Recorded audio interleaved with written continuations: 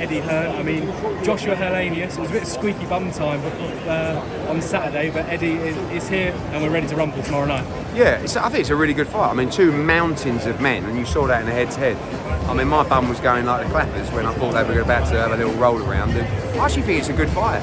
You know, I actually think that Del Boy against Washington's a good fight. That's Hrgovic-McKean, we know he's a great fight. And by the way, Johnny Fisher against Harry Armstrong's a really good fight as well. It's a fantastic card.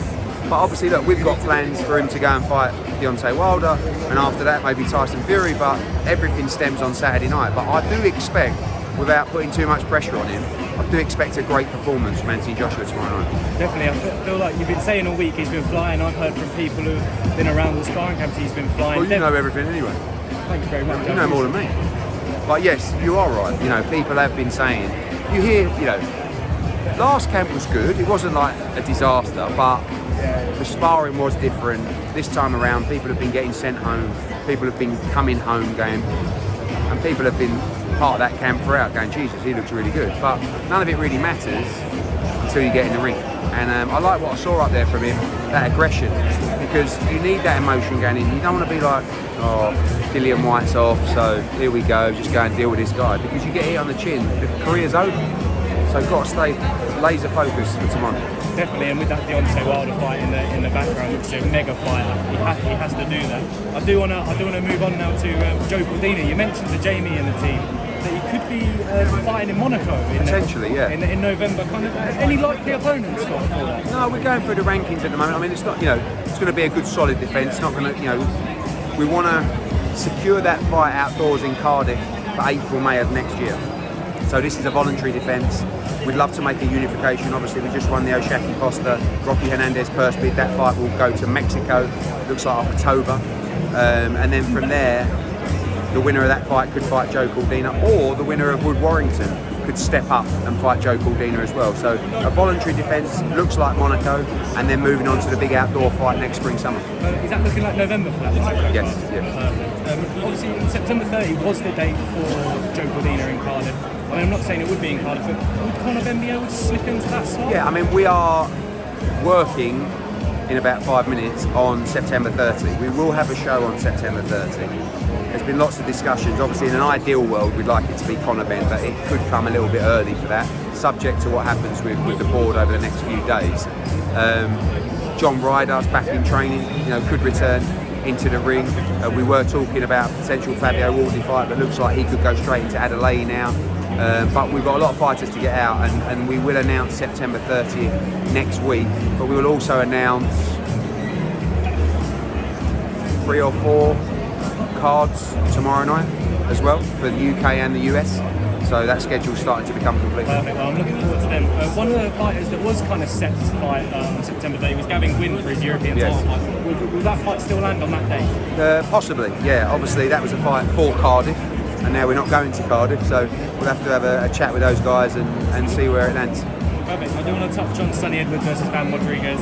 December 16th, Arizona, it's looking like. Can you confirm that that's the date and location for that? I can't possibly comment till tomorrow, but you know, you guys, if you get it wrong, I'll generally tweet you. So yeah, Phoenix is a great fight town.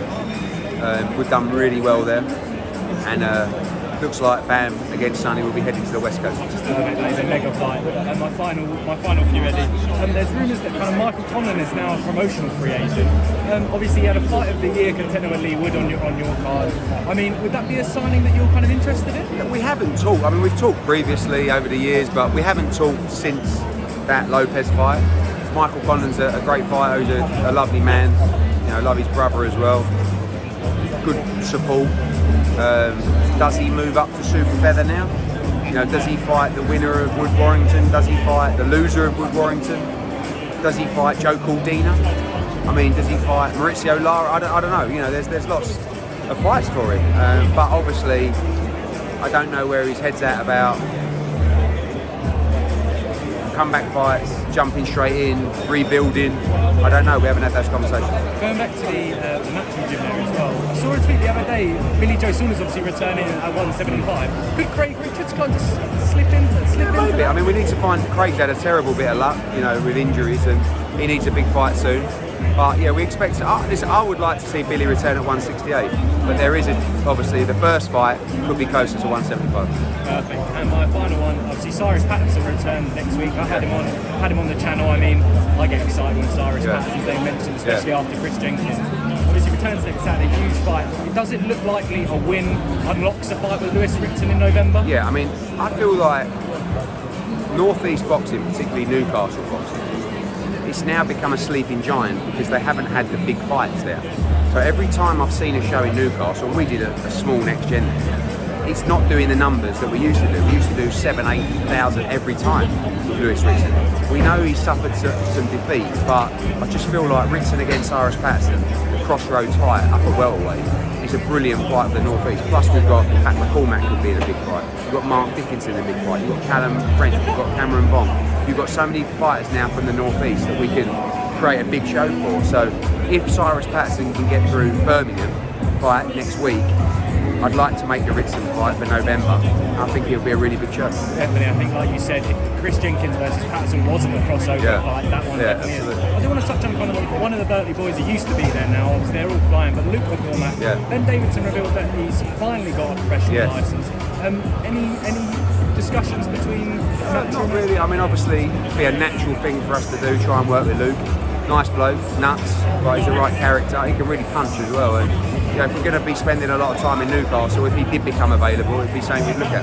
Perfect. And my final question: what is your fight of the night for tomorrow night on the Joshua Helenius? Honestly, Johnny Fisher against Henry Armstrong. I think it's going to be such a good fight. Like, I think if it goes past the third round, I think it'll be an absolute drama-filled war. Like, listen, 4 brilliant. And by the way, Campbell Hatton is in a good fight as well, you know. So, and then so George Liddard. I mean, it's a really, really good show.